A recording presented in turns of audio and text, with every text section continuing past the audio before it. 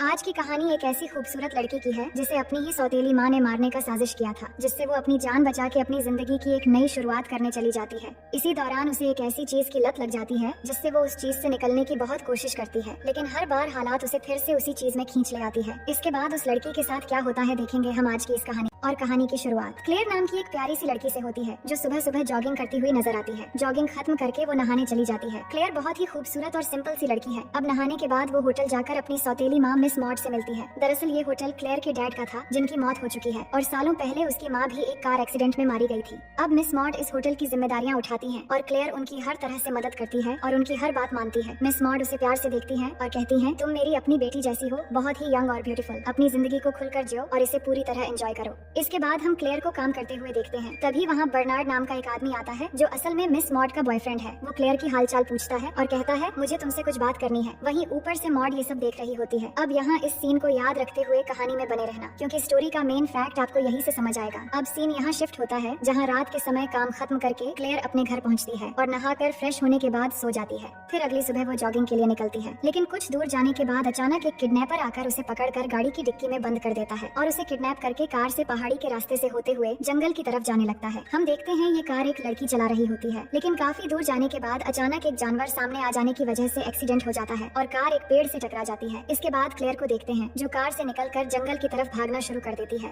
लेकिन कुछ दूर भागने के बाद वो थककर इधर उधर देखने लगती है। तभी वो किडनैपर लड़की भी वहाँ आ जाती है और उस पर गन पॉइंट करके कहती है, तुम बहुत खूबसूरत हो और यही तुम्हारी गलती है। ये कहते ही एक गोली की आवाज सुनाई देती है और सीन यहाँ से शिफ्ट हो जाता है। इसके बाद हम क्लेयर को देखते हैं जो एक कमरे में सो रही होती है। उसकी आंख खुलती है तो देखती है कि उसने कपड़े नहीं पहने हैं। तभी रिचर्ड नाम का एक लड़का उसके लिए खाना लेकर आता है तो क्लेयर उससे अपने कपड़ों के बारे में पूछती है, जिस पर रिचर्ड कहता है, कपड़े मशीन में धोने के लिए डाले हैं क्योंकि तुम काफी ज्यादा भीग चुकी थी और तुम बीमार न पड़ जाओ, इसलिए तुम्हारे कपड़े निकालने पड़े। फिर क्लेयर पूछती है, उस लड़की का क्या हुआ जिसने मुझे किडनैप किया था? तो वो कहता है, मैं जंगल में शिकार करने गया था, लेकिन बदले में एक औरत को मारना पड़ा क्योंकि वो तुम पर गोली चलाने वाली थी और अब तुम्हारी वजह से मैं मुसीबत में पड़ गया। फिर वो क्लेयर से पूछता है, किस लिए वो औरत तुम्हें मारने वाली थी? तो वो कहती है, मैं नहीं जानती कि वो औरत कौन थी और क्यों मुझे किडनैप किया, इसलिए मैं अब पुलिस के पास जाऊंगी। पर रिचर्ड कहता है, पुलिस कुछ नहीं करेगी। फिर क्लेयर को पहनने के लिए एक शर्ट देकर रिचर्ड वहाँ से चला जाता है। इसके बाद क्लेयर नीचे जाती है और वहाँ के फोन से अपनी सौतेली माँ को कॉल करने की कोशिश करती है। तभी वहाँ विंसेंट नाम का एक आदमी आकर अपना इनहेलर ढूंढने लगता है और कहता है, मैं इनहेलर के बिना नहीं रह सकता, मुझे अस्थमा है। फिर वो क्लेयर से पूछता है, तुम कौन हो और यहाँ क्या कर रही हो?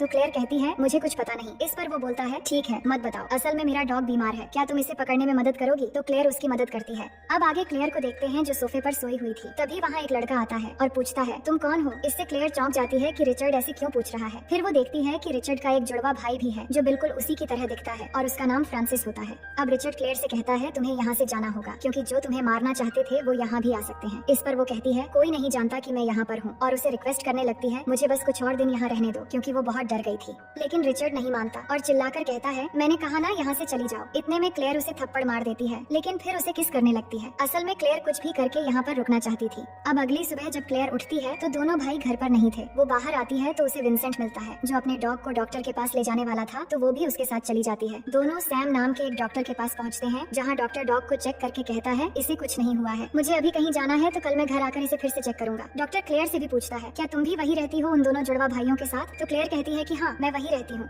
इसके बाद दोनों घर वापस आने लगते हैं तो विंसेंट उसे ड्रिंक के लिए पूछता है, जिस पर क्लेयर मान जाती है। लेकिन पहले वो रास्ते में एक बुक स्टोर पर जाते हैं जहाँ उन्हें बुक स्टोर ओनर चार्ल्स और एक चर्च के फादर गिलबॉर्ड मिलते हैं। चार्ल्स यहाँ क्लेयर की खूबसूरती की तारीफ करने लगता है और उन्हें किताबें दिखाता है। फिर बुक खरीदने के बाद क्लेयर और विंसेंट ड्रिंक्स करने जाते हैं और एक दूसरे के बारे में बातें करने लगते हैं। क्लेयर कहती है, बचपन से मुझे वायलिन बजाने का बहुत शौक था, लेकिन मेरी मॉम के एक्सीडेंट के बाद मैंने सब छोड़ दिया और मेरी जिंदगी थम सी गई थी, लेकिन अब मैं अपनी पुरानी यादें भुलाकर एक नई जिंदगी जीना चाहती हूँ। इसके बाद दोनों घर आते हैं जहाँ विंसेंट उसे एक वायलिन गिफ्ट करता है। इतने में रिचर्ड वहाँ आता है और क्लेयर पर गुस्सा करते हुए कहता है, तुम्हें बाहर जाने की क्या जरूरत थी? अब सबको पता चल गया है कि तुम यहाँ हो। इस बात से क्लेयर को काफी बुरा लगता है और वो अपने कमरे में चली जाती है। वो समझ नहीं पा रही थी कि अब वो कहाँ जाएगी। तभी वो देखती है रिचर्ड बाहर लकड़ियाँ काट रहा होता है, तो वो भी वहाँ जाती है और उससे कहती है, तुम चाहते हो ना कि मैं यहाँ से चली जाऊँ? कुछ देर सोचने के बाद रिचर्ड उसे किस करने लगता है, जिससे दोनों बेकाबू होने लगते हैं और वहीं पर तूफान और भूकंप के मजे लेने लगते हैं। अगले दिन डॉक्टर सैम आता है और विंसेंट के डॉग को फिर से चेक करता है। इसके बाद सैम क्लेयर से बातें करने लगता है और उसके बारे में पूछता है कि वो कहाँ से है और बातों बातों में उससे फ्लर्ट भी करने लगता है। फिर वो चला जाता है।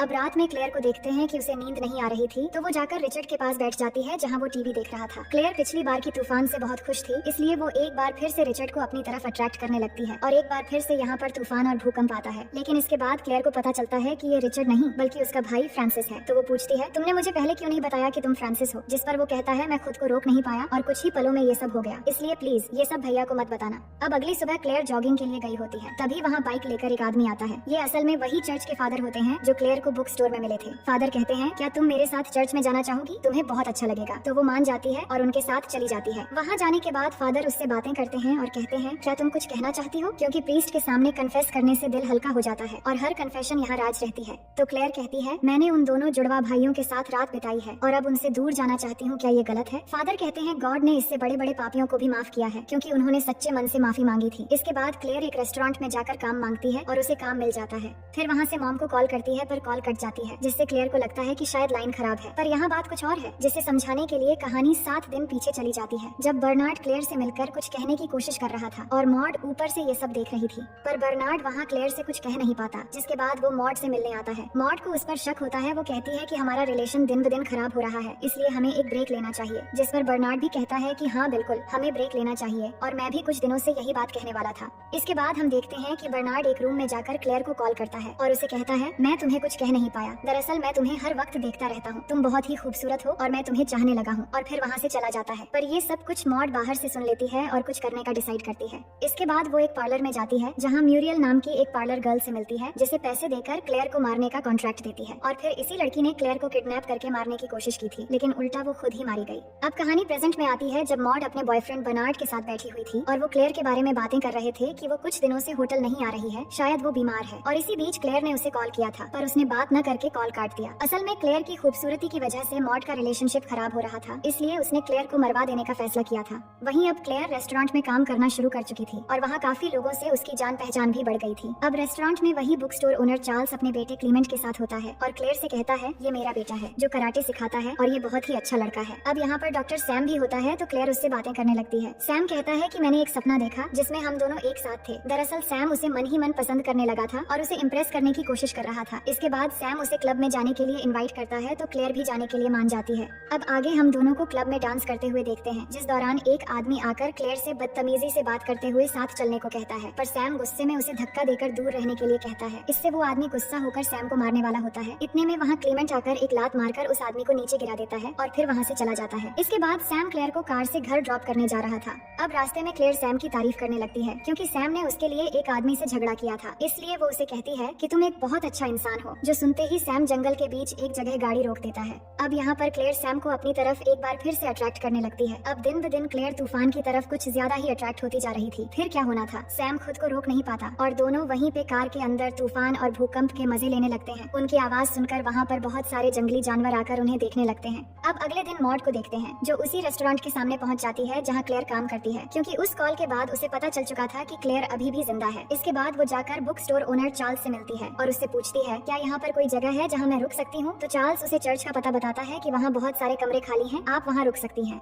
इसके बाद मॉड चर्च जाती है और फादर से मिलती है। वो उन्हें बताती है कि उसकी स्टेप डॉटर खो गई है और वो यहाँ पर उसे ढूंढने आई है। तो फादर के पूछने पर वो अपनी डॉटर का नाम क्लेयर बताती है, जिस पर फादर कहते हैं, शायद मैं उसे जानता हूँ, आप चाहो तो उसे ढूंढने में आपकी मदद कर सकता हूँ। अब अगले दिन सुबह हम क्लेयर को जॉगिंग करते हुए देखते हैं। तभी वहाँ चार्ल्स का बेटा क्लेमेंट भी जॉगिंग करते हुए आता है। कुछ दूर साथ चलने के बाद क्लेमेंट अचानक दौड़ते हुए आकर क्लेयर को किस करने लगता है और गिर जाता है, फिर वहाँ से भाग भी जाता है। अब आगे क्लेयर चर्च जाकर फादर से मिलती है और उन्हें बताती है, मैं एक और शख्स के साथ इंटीमेट हुई हूँ, क्या मैं पापी हूँ? तो फादर कहते हैं कि हाँ, ये पाप तो है, पर लोग इससे भी बुरा काम करके घूमते हैं, पर तुम सबसे अलग हो और तुम्हें सही गलत सोचकर अपनी जिंदगी अच्छे से जीना चाहिए। इसके बाद फादर उसे मॉड से मिलवाते हैं, जिससे क्लेयर बहुत खुश होती है, पर वो अभी भी नहीं जानती थी कि उसकी सौतेली माँ ही उसे मरवाना चाहती थी। वो मॉड से पूछती है, आपने मुझे कैसे ढूंढा? तो वो कहती है, तुम्हारा फोन कट गया था, जिसके बाद मैं तुम्हारा नंबर ट्रेस करके यहाँ पर चली आई। इसके बाद मॉड कहती है, बहुत ढूंढने के बाद तुम मिल गई हो, अब वापस अपने घर चलो। पर क्लेयर नहीं मानती और कहती है, मैं यहाँ आकर जीना सीख गई हूँ, अब यहीं रहना चाहती हूँ। तो मॉड कहती है, ठीक है, मैं यहाँ कुछ दिन और रहूंगी और रविवार को हम पिकनिक पर जाएंगे और इसी बीच शायद तुम्हारा मन भी बदल जाएगा।